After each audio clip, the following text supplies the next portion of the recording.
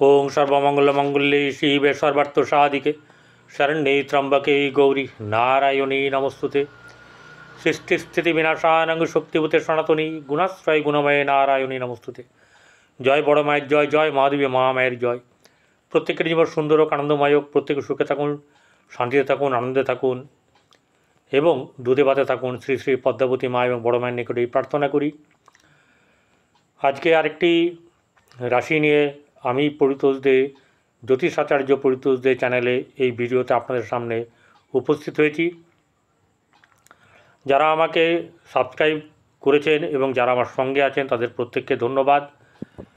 এবং আরও একটা কথা বলি, ভিডিও তৈরি করি, খুব কষ্ট করেই তৈরি করি এবং অথেন্টিক তৈরি করার চেষ্টা করি। অনেকে যারা আমার পুরনো মানুষ, যারা এই ভিডিওর শ্রোতা দর্শক, তাদের অসংখ্য ধন্যবাদ জানাই। এই কারণে তাদের ধৈর্য, তাদের ভালোবাসা আমার সঙ্গে সবসময় আছে। যারা সাবস্ক্রাইব করেছেন তাদেরকে অসংখ্য ধন্যবাদ যেমন জানিয়েছি। যারা সাবস্ক্রাইব করবেন তাদের আমি বলবো, সাবস্ক্রাইব করার পরে পাশে থাকা বেল আইকনে ক্লিক করে অল বটনে প্রেস করবেন, সঙ্গে থাকবেন, নোটিফিকেশন আপনার কাছে চলে যাবে। आज फलहारिणी महामाया महादेवी माने बड़ मायर पुजो। आज के खूब सुंदर दिन।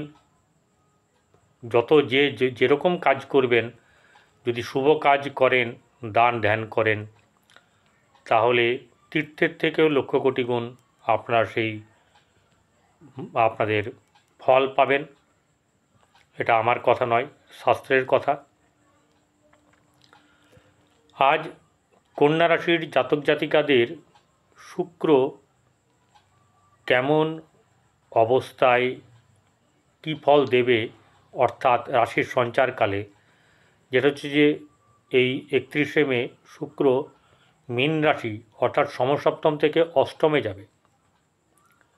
কী ফল দিতে পারে, কারণ হচ্ছে গিয়ে কেন শুক্রকে নিয়ে কেন বলছি, এটা তো একটা ব্যাপার। 28 দিন থাকে, কি মহাভারত এত করবে।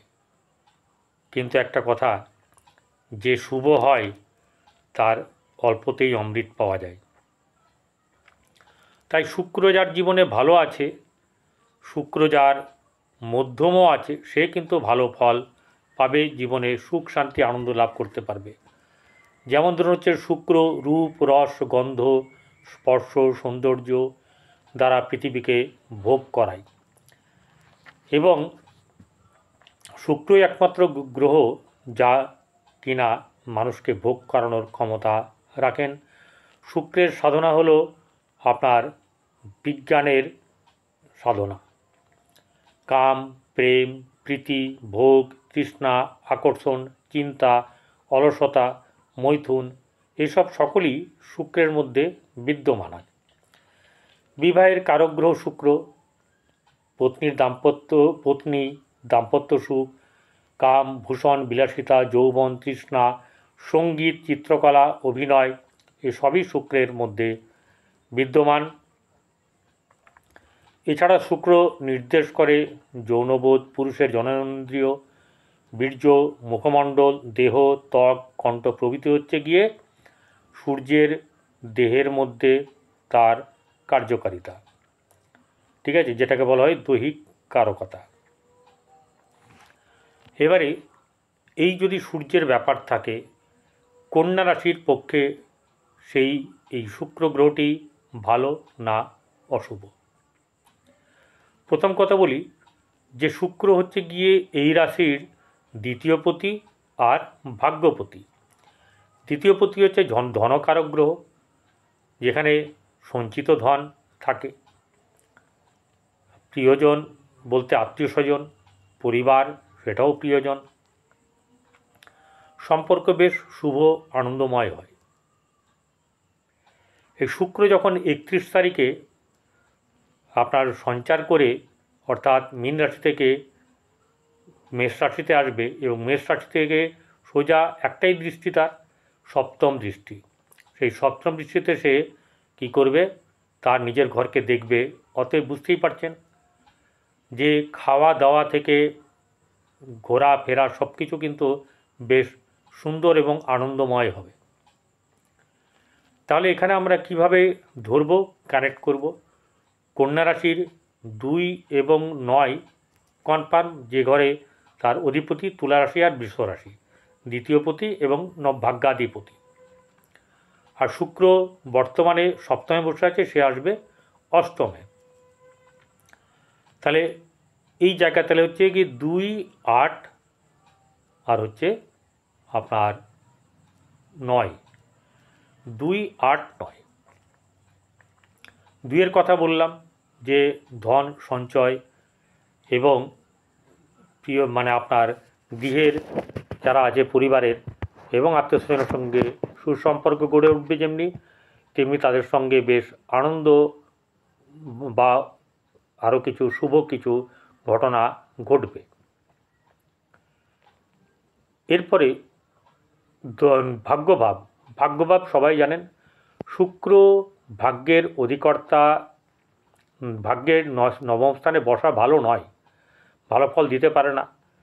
কিন্তু শুক্র নবমপতি হয়ে যখন শুভ জায়গায় যদি আপনাদের থাকে, শুক্রের শুভ জায়গাতে যদি সে থাকে, তাহলে কিন্তু অনেক অনেক শুভ ফল সে প্রদান করে। এবারে নিজের ঘরের স্বক্ষেত্রে থাকলে কোনো ব্যাপার না, স্বক্ষেত্রে শুভ যাবে।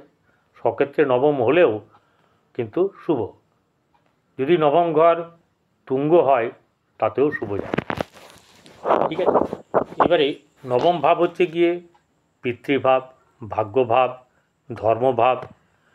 এখানে কিন্তু ধর্মবোধ, আধ্যাত্মিক চেতনা, তারপরে আপনার রোমান্টিক জায়গায় ঘোরার থেকেও ঘুরতে গিয়েও আপনার যেখানে ঈশ্বর বিরাজমান অর্থাৎ মূর্তিরূপে, মন্দির দর্শন করা, তীর্থক্ষেত্র দর্শন করা, এইসব ব্যাপারগুলো কিন্তু হবে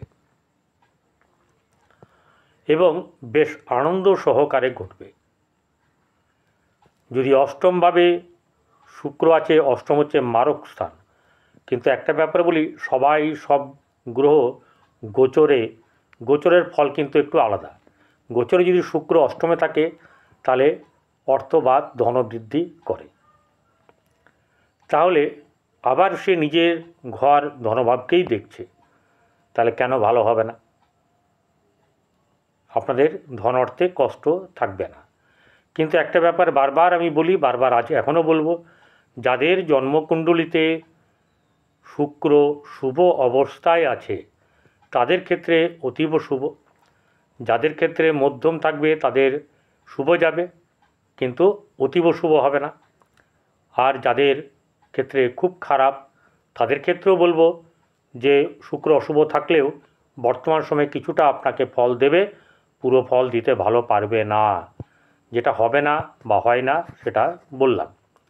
শুক্রকে শুভ করার জন্যে অনেক কিছু আছে, অনেকের কাছেই ভালো করে পরামর্শ পাবেন। এবং একটা কথা বলি, যাদের এরকম ধরনের অসুবিধা থাকবে তারা আপনাদের পরিচিত জ্যোতিষীর কাছে গিয়ে অবশ্যই করে দেখিয়ে নেবেন এবং সেখান থেকে পরামর্শ নিয়ে আপনার কাজ করবেন। তবে আমি যেটুকু জানি সেটা হচ্ছে যে সাদা রঙের শার্ট এগুলো পরা উচিত, আকাশি রং, ঠিক আছে, বেগুনি রং, এগুলো শুক্রের রং। এছাড়া গরু এবং আলু, গরুকে আলু খাওয়াবেন, যদি এটা করতে পারেন খুব ভালো হয়। যাদের জন্মকুণ্ডলিতে শুক্র কী অবস্থায় আছে আমার জানা নেই, আপনারা আপনাদের পরিচিত জ্যোতিষীর কাছে চলে যাবেন, তারা বলতে পারবে। তবে এটুকু বলবো যে প্রতিদিন প্রথম রুটি যদি ঘরে তৈরি হয় তাহলে প্রথম রুটিটা একটু বড় করে করবেন। পুরো রুটি যদি দিতে পারেন ভালো, না হলে রুটিটাকে অর্ধেক করবেন, অর্ধেক গরুকে খাওয়াবেন, বাকি অর্ধেক যেটা থাকবে সেটাকে আবার অর্ধেক করবেন, কুকুরকে এবং কাককে খাওয়াবেন, ঠিক আছে। আর কি করবেন, বাচ্চা মেয়েদেরকে কিছু গিফট দেবেন, নারীদের সম্মান করবেন। কেউ কেউ বলে, কিন্তু আমি এটা বলি না, কারণ গায়ে গন্ধ অনেকের থাকতে সহ্য করতে পারবে না। 1 চামচ দই 1 বালতি জলে ভালো করে গুলে স্নান করলেও ফল ধীরে ধীরে ভালো দেবে। কিন্তু লেগে গেলে গায়ে লেগে গেলে একটু গন্ধ বেরোবে, তাতে কোনো মানে সেটা সহ্য হতে পারে নাও হতে পারে। একটা জিনিস হতে পারে যে আপনারা স্নান করার পরে পারফিউম ব্যবহার করবেন। এই পারফিউম যদি ব্যবহার করেন তাতে কিন্তু আপনাদের বেশ সুবিধার হবে। পারফিউম আপনার খুব ভালো ভালো অবস্থায় থাকলে আর খুব খারাপ অবস্থায় থাকলে না পারফিউম দেবেন না পারফিউম নেবেন, এগুলো করবেন। আর যেটা হচ্ছে গিয়ে বিছানাতে কিন্তু আপনার উঠবেন না, মানে যেটাকে বলা হচ্ছে যে ভিজে জামা কাপড় পরে, হ্যাঁ ভিজে জামা কাপড় পরে, হ্যাঁ ভিজে ভিজে জামা কাপড় পরে, হ্যাঁ, ভিজে জামা কাপড় পরে কিন্তু হয়নি, মানে বিছানায় উঠবেন না,